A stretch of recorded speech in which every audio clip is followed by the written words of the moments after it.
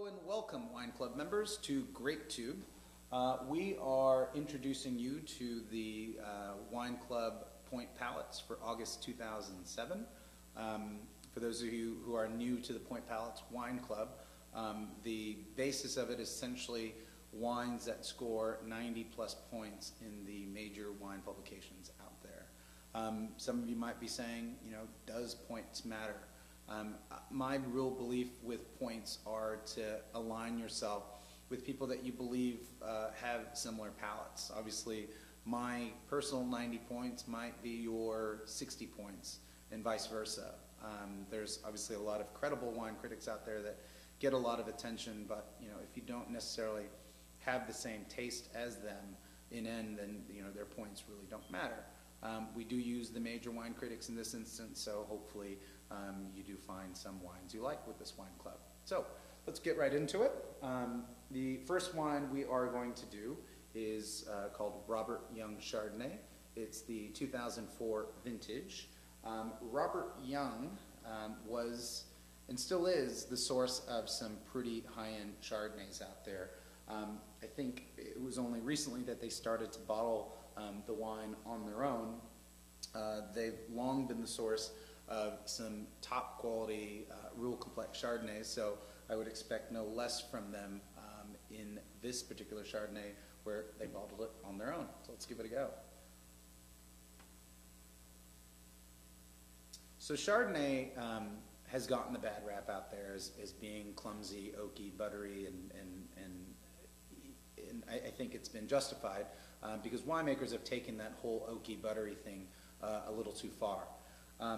If you look back to the global model of Chardonnay, Burgundy, France, they managed to bottle a wine that has plenty of power but still maintains grace. And I really think that is what winemakers all over the world should be striving for, and that's the true indication of a balanced Chardonnay.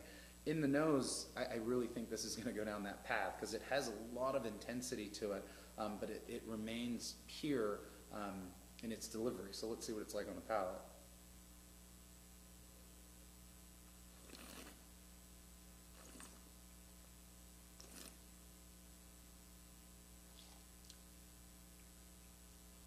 It's exactly that. It brings a lot of concentrated mango, pineapple.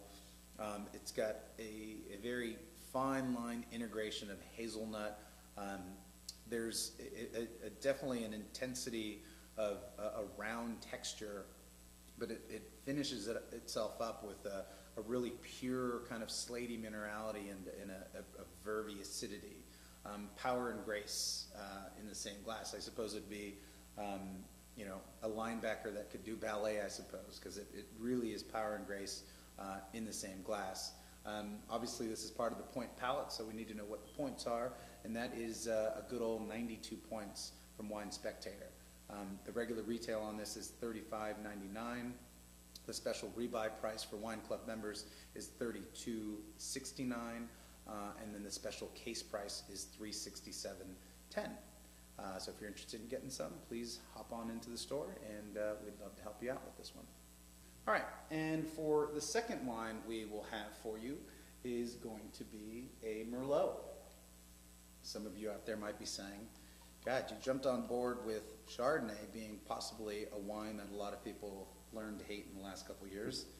Why not make it even worse by picking Merlot, another grape that has gotten a bit of a bad rap, whether you're someone that watched Sideways or you're just sick of seeing all the bad versions of Merlot. And I'd agree to I agree to a certain degree in that there are a lot of bad versions of Merlot out there.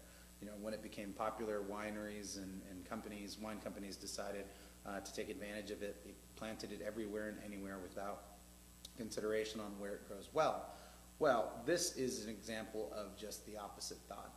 This is made by a very famous winemaker, Mia Klein, who formerly was making wine at Dolly Valle, which for those connoisseurs of Cabernet out there know is a very hard to get cult Cabernet.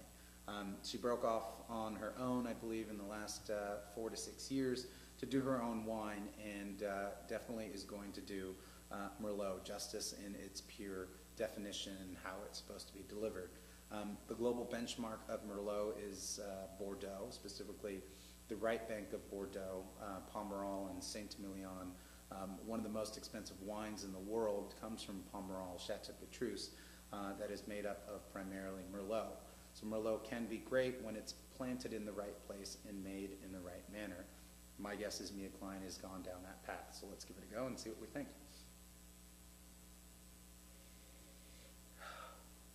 Right on the nose, you can see that this wine is going to deliver more than the average Merlot, in that it's not just fruit you get in the nose. You get lots of layers of complexity. You get minerality, you get earth, you get certainly fruit, but it's layer upon layer of complexity that you get in the nose.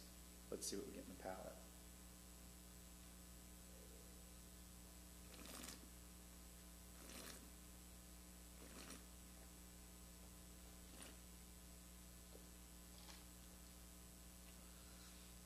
Wow, this wine is a ginormous wine. It really envelops your palate with really big structure and tannin. You know, blind tasted, I think a lot of you out there would guess that this is a Cabernet. In fact, I would have guessed that this was a Cabernet. It's got so much tannin and structure to it. I'd put this tannin on a scale of kind of medium plus to full. There's this great smokiness to it, kind of toasted wood component. It's youthful. It definitely is going to need some time to develop its core fruit that I know is there. I get kind of a black plum, black cherry note to it, but it's a bit hidden behind this big structure to it. This probably could have used a bit of decanting before tasting, but you know, in fairness to the other wines, we opened it and we tasted it as it was. Back home, my recommendation would be to throw this into decanter and give it a bit of time, and definitely put it next to some pretty full-flavored foods, whether it's you know, a slow-cooked beef, your stews. This definitely likes a slow-cooked rabbit. Those who like venison, this would be great with venison. It's a big wine. It needs food that has big texture and big flavor to it. The regular price to this wine is $49.99. The special rebuy price for our wine club members is $44.99 with a case price of $509.90. So if you're interested in getting some Celine Merlot, please come visit us at Just Grapes.